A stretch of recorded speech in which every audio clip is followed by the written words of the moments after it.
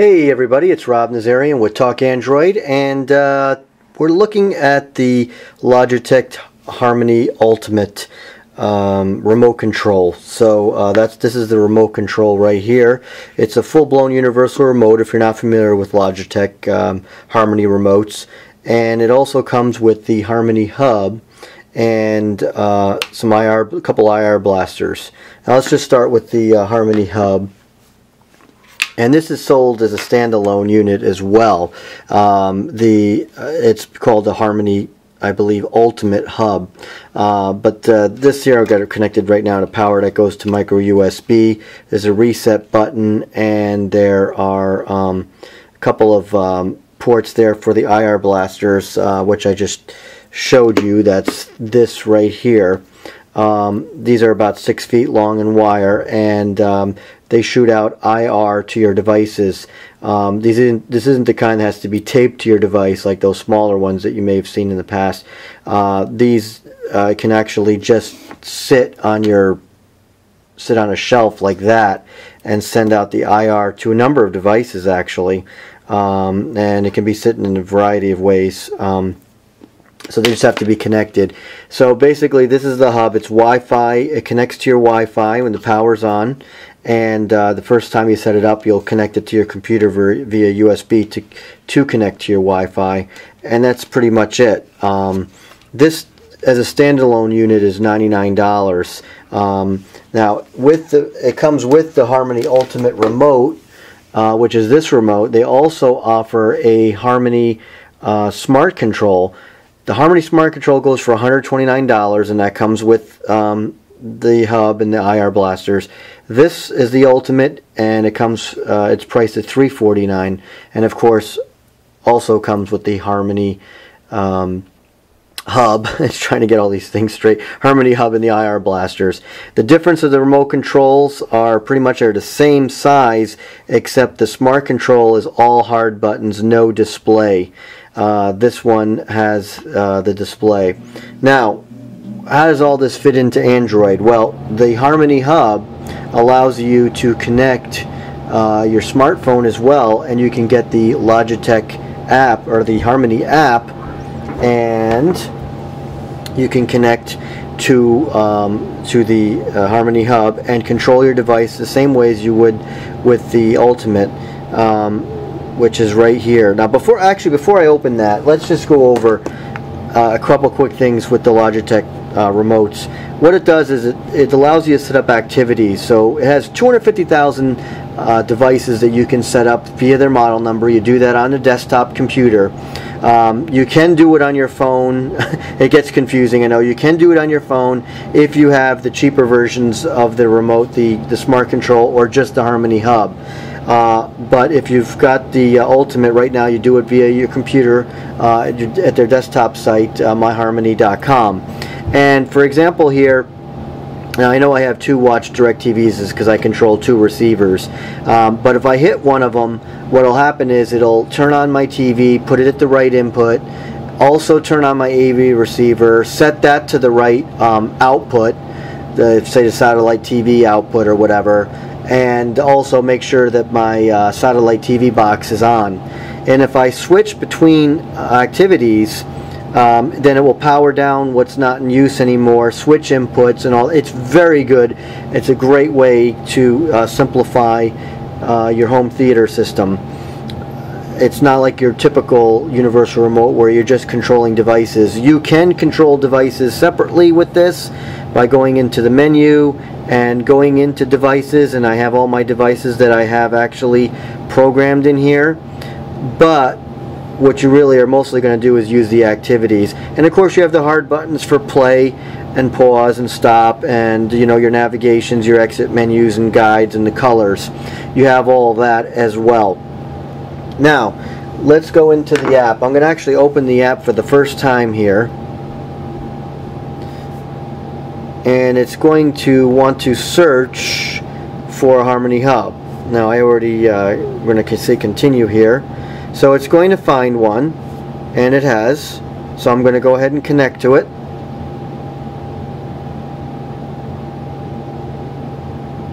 Now it's saying a firmware update's required, which I still have to do. Right now, at the early stages, the firmware updates are happening very often. So you can see you get a little bit more display on your screen. Right now I have these activities. I have to scroll through them on the remote.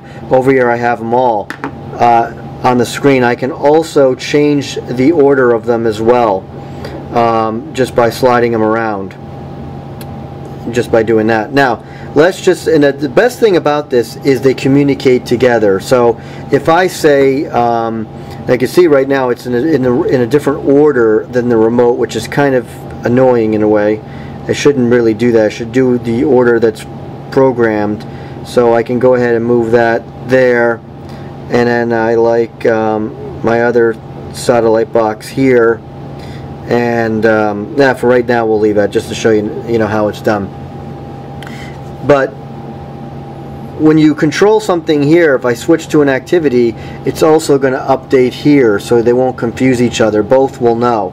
So for example, right now I'm going to go ahead and hit watch DirecTV 65. Now right now it's saying that I may not be able to do them all because I'm using the IR. This remote is, you know, the IR blasters are coming off the Harmony hub. And what's happening is some of the devices are set up as IR just off the remote control. So it's saying it may not turn them on. This is just for testing purposes right now. So I'm going to say select activity anyway. This will actually send the IR signals from the remote to those devices as well, which is pretty cool. Alright, so now where you can see the light there, it's already changed to my, again, you can't see that number 65 there because it's cut off, but it's watch DirecTV. Now in this mode right here, this is the gesture mode, and by going like this you can fast forward or rewind. You can also change those. You also have your favorites here, which sometimes takes a couple seconds to load, and you can set up to 50 favorite channels. The icons load automatically. It's great. Now over here you have some controls, and this is the predefined layout that comes out. Obviously you don't have hard buttons on the phone like you do on the remote, so there's your number keypad and stuff. Now if you don't like, and you also have down here some more controls. Now if you don't like the setup, go ahead and change it. You can hit edit right here, and you'll get actually more screens. There's up to 4 screens. So I can go in and I can say I don't want display here. I can just hold it down and bring it over and delete it. And I can also hit the plus key, select whatever device I want to control. So for example, the volume control will go to my receiver. You don't have to control just that particular device because this is a watch TV device, so it's controlling my AV receiver, satellite. If I want to control something else, I mean, I wouldn't control my DVD in this, but I know it's satellite DirecTV 2, and I can go here and select. These are all the buttons that come with this particular DirecTV unit. So for example, if I want to just add, alright, I don't know, page down, for example, there's page down added. Now the only thing that kind of stinks, for whatever reason, you can't move the buttons around. So I can't say move the pause down here. It's going to stay there. So in order to, if I wanted to shift these, I have to actually delete them and then re-add them the way I want. That's a little annoying. Down here I can also add, and I can also delete anything off this bottom piece, and I can add by using the plus key in the same manner. Unfortunately, there's no way to back this up, all these changes, so if you switch devices, phones or whatever, you're going to lose your setup. Hopefully that'll come in time. I did talk to Logitech about that. And then when you're all done with your changes, you click done and you're all set. So again, you have your bottom and you have all this for controls, and then you also have this for controls for navigations, and there's actually my page up and page down anyway, and the back key. So you have all this. Now it's no different than, let's say I pick up this remote and I say watch media. I'm going to watch my media player. I'm going to go ahead and do that, and it actually switched to watch media. And I have a different set of controls for watch media, a little bit different. and it changed it automatically. When I go back to the home, watch media is highlighted. So that's how it knows. And of course you have gestures here as well that you can do. And then watch media is highlighted here. So they work in conjunction with each other, which I think is fantastic. The remote itself, with some phones, a lot of people are complaining about it not connecting, and the reason for that is not the app. It's a problem with Android. There's a lot of Wi-Fi connectivity issues with Android. A lot of people don't realize they have the issue until they start trying to do things like this. For your normal downloading in home for sites, you may not notice when your Wi-Fi is going in and out. Plus, your icon usually stays up there acting like you are connected. But when you try to connect to a device like this, you need to be always connected, and if it loses connection, things won't work right. And that's when you kind of notice things. So people are right now commenting hard on the apps with this, and it's really a function of Android, at least as far as I'm concerned, because I've had some experience with a couple different phones, and I think Android 4.2 corrects a lot of it. This is Android 4.2.2 right here, the Galaxy S4, and it works great.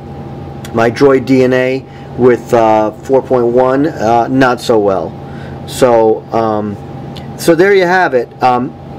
My recommendation is $349 for a remote. It's well worth the money, but a lot of people are going to have a hard time putting down $349 for a remote control that really costs more than this phone, at least on contract. Of course, there's no contract with this. And you feel like you use your phone a lot more, although you will use this a lot in your house, and it does serve a great remote. However, if you're looking for the functionality on a device, on your phone, you can obviously opt for what's called the Smart Control. I don't have it here right now, but it's the same remote, just no display. You get that for $129. You get a remote at least, and you still have the functionality of the app. Now, bear in mind, you're probably thinking right now that you get all this with the Galaxy S4 since it has an IR port. However, you're very limited with the app. I mean, in some ways there's pluses and minuses. The Watch app for this device shows you what's on television, which is really cool. This doesn't, but you don't get this activity setup, which is really important in your overall programming. There's just so much control that you get with this just by, and then when I power everything off, I just hit power off and everything powers off. It's totally sweet, and you go from one activity to the next. You don't have to worry. This will even control your Philips Hue lights if you have them. It's totally cool. Actually, the activity did not stop there for whatever reason, so let's try it here. We'll go ahead and power it down, and there it goes. It powered it down, and nothing is highlighted here, which means nothing is on. So you're going to get more control for this, and it's going to cost you a few bucks. It costs you $99 for just the Harmony Hub, or $129 for the hub, and you get an additional remote control as well. So, basically it's up to you, but I'm a big fan of Logitech, and, phone or not, I couldn't live without my Logitech remotes in my house. I have 4 of them in different rooms, and they just make things so much simpler, especially when somebody comes over and someone's not so used to things. You just say, push the button for watch satellite TV or cable TV or whatever, and you're good to go. It does take a little bit of time for programming, but it's really not that hard at all. So that's it. That's the Harmony Ultimate. I really wanted to bring it to your attention more for the Android app, but at the same time touch on the remote as well. It is a very nice remote. It's well built, just like any Logitech Harmony remote. It's a little odd shape here, so it is a little weird. It does feel comfortable in the hand, but it is a little weird. Also, it does have a rechargeable battery in it and charges in the base. I forgot to put that here next to my camera. Hold on one second, let me grab it. Alright, so here's the base. Forgot that.